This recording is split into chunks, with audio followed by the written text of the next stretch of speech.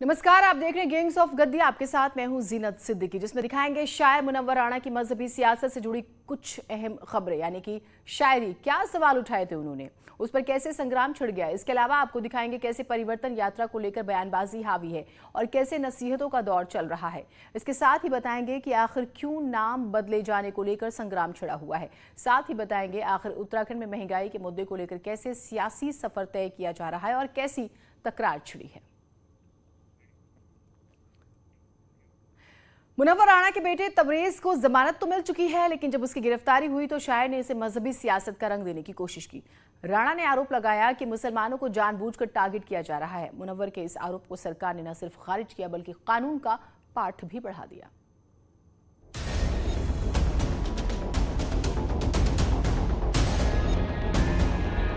उत्तर प्रदेश में अब कानूनी कार्रवाई पर भी मजहबी चश्मा चढ़ाया जा रहा है। इसका आगाज मशहूर शायर मुनव्वर राणा ने किया है। शायर ने अपने बेटे तबरेज की गिरफ्तारी को मुसलमानों के खिलाफ की जा रही सोची समझी राजनीति का हिस्सा करार दिया।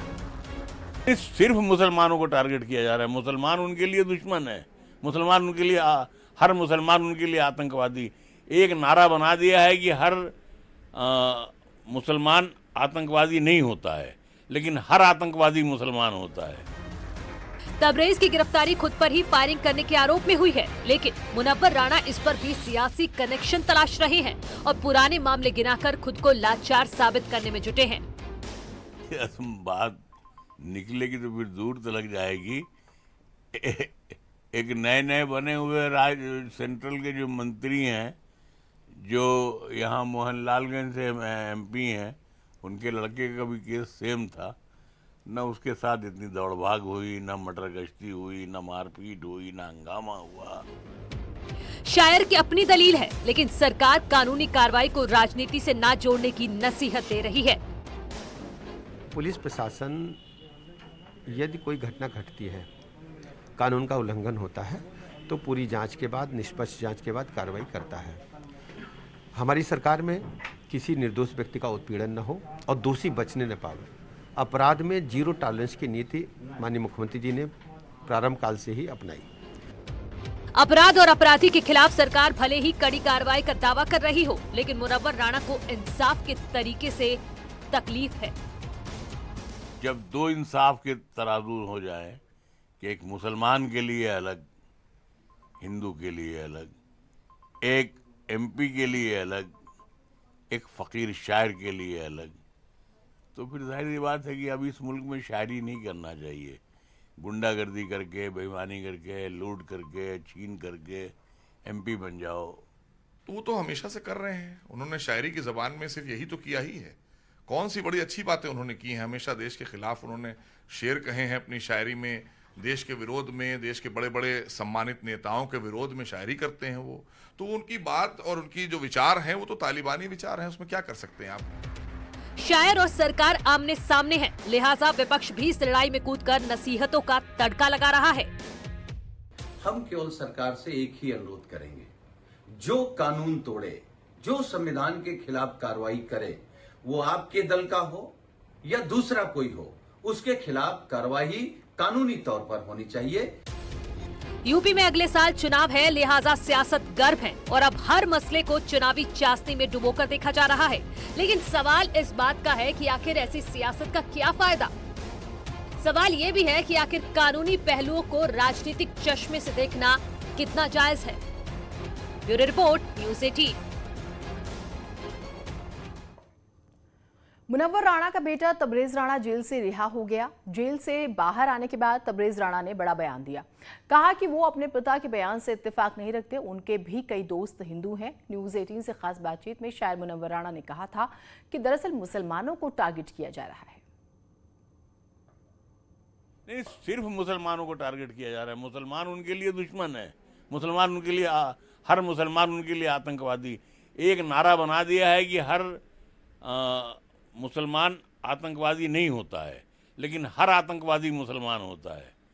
तो दूसरा अगर 10 मिलकर के एक को मार डालें, दूसरा अगर वो रक्षे वाले को जूते से पीटे, जो जहाँ जहाँ पूरे मुल्क में हो रहा है, तब वो देशभक्त हुए, वो आतंकवादी नहीं हुए। आतंकवादी एक मोहर है जो सिर्फ मुसलमान के नाम के आगे लग सकते। कहाँ तक सर ये उनका है, क्योंकि ऐसा नहीं है। अभी भी मतलब मेरे भी जितने फ्रेंड सर्कल है उसमें जो मेरे ट्रस्टवर्दी हैं वो सब नॉन मुस्लिम्स हैं। मुसलमान दोस्तों से मुझे आज भी उतनी ही शिकायत है जितनी मतलब मेरे वाले साहब जो कह रहे हैं उसके जस्ट ऑपोजिट है मेरे साथ। तबरेज़ के बयान के बाद मुनव्वर राणा ने फिर से बयान दिया, जरा सुने।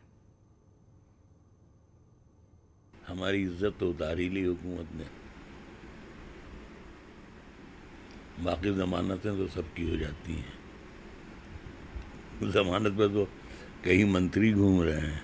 निर्दोष काहे कहते हैं? जब पुलिस साबित कर रही है तो जो बजा कहे, जिसे आलम से बजा समझो, ज़बान खल्क को नक़ार खुदा समझो। अगर पुलिस कह रही है तो सच होगा। आरोपों की राजनीति के बीच ही उत्तर प्रदेश में 2022 की चुनावी बिसात भी बिछ रही है। बीजेपी को घेरने के लिए विपक्ष अलग अलग रणनीति बना रहा है। यूपी में नाम बदले जाने को लेकर भी अब सियासत हावी है।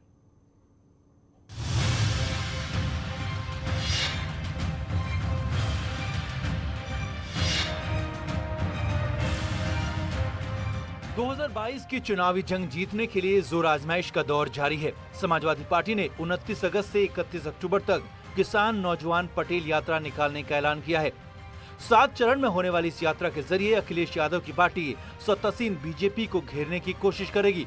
वहीं बीजेपी ने समाजवादी पार्टी को यात्रा से पहले अपनी सोच में परिवर्तन लाने की नसीहत दी है। मुझे लगता है अखिलेश यादव जी को पहले अपने पार्टी में परिवर्तन करना चाहिए। जिस मानसिकता के लोग उनके पार्टी में भरे हैं उनको पहले चेंज करना चाहिए। जब तक ये मानसिकता के लोग जो समाज को तोड़ने वाली राजनीति करते हैं खुद वो और जो उनको अपने में परिवर्तन लाना चाहिए। जब खुद में परिवर्तन लाएंगे, पार्टी में परिवर्तन लाएंगे, तब लोगों को उनके परिवर्तन का जरा सा भी इम्पैक्ट होगा इस तरह के रैली का। यात्रा वाली राजनीति के बीच ही उत्तर प्रदेश में नाम बदले जाने पर भी घमासान छिड़ा है। सरकार ने कैंसर अस्पताल और मेडिकल कॉलेज दिवंगत पूर्व सीएम कल्याण सिंह के नाम पर करने का फैसला किया है। सीएम योगी ने ट्वीट किया, पूर्व सीएम कल्याण सिंह जी का पूरा जीवन जन कल्याण को समर्पित रहा है। यूपी सरकार ने राजकीय मेडिकल कॉलेज बुलंदशहर और सुपर स्पेशलिटी कैंसर संस्थान लखनऊ का नाम स्वर्गीय कल्याण सिंह जी के नाम पर करने का फैसला किया है। सरकार की इस घोषणा पर विपक्ष हमलावर है और सरकार पर तंज भी कस रहा है। ये कितनी बेहद शर्म की बात है कि 4.5 साल तक उत्तर प्रदेश के मुख्यमंत्री आदित्य योगीनाथ जी ने ऐसा कोई काम नहीं किया कि आज वो अपने शीर्ष दिवंगत नेताओं का नाम अपने काम के नाम पे रख पाते। इसके लिए भी उन्हें समाजवादी द्वारा किए हुए कामों का सहारा लेना पड़ता है। अब 4.5 साल में कुछ भी नहीं है इनके पास बताने को, तब सिर्फ और सिर्फ नाम का सहारा बचा है। अब कल्याण सिंह जी के मरने के बाद उनके नाम को भुनाने की कोशिश है, इसीलिए इस तरीके का एक अख्तियार किया जा रहा है रवैया। लेकिन उत्तर प्रदेश का नौजवान भूला नहीं है। ओबीसी वर्ग के लोग शिक्षक भर्ती में जो उनके पद विलुप्त किए गए उसको लेकर लगातार लड़ाई लड़ रहे हैं। नौजवान रोजगार मांगने निकलता है, आदित्यनाथ जी उसे पुलिस से पिटवाते हैं, मुकदमे लिखवाते हैं। गन्ना किसान परेशान है। उत्तर प्रदेश के लोग इस नाम वाली प्रक्रिया से गुमराह होने वाले नहीं हैं। 4.5 साल का हिसाब देना पड़ेगा भारतीय जनता पार्टी की सरकार को। चुनाव से पहले हर मुद्दे पर बयानबाजी हावी है और हर दल मुद्दे भुनाने की कोशिश में है। मगर सवाल इस बात का है कि क्या बयानबाजी वाली सियासत से जनता को कोई फायदा मिलेगा? Bureau report, news 18। एक छोटा सा ब्रेक ले रहे हैं, कहीं मत जाइएगा।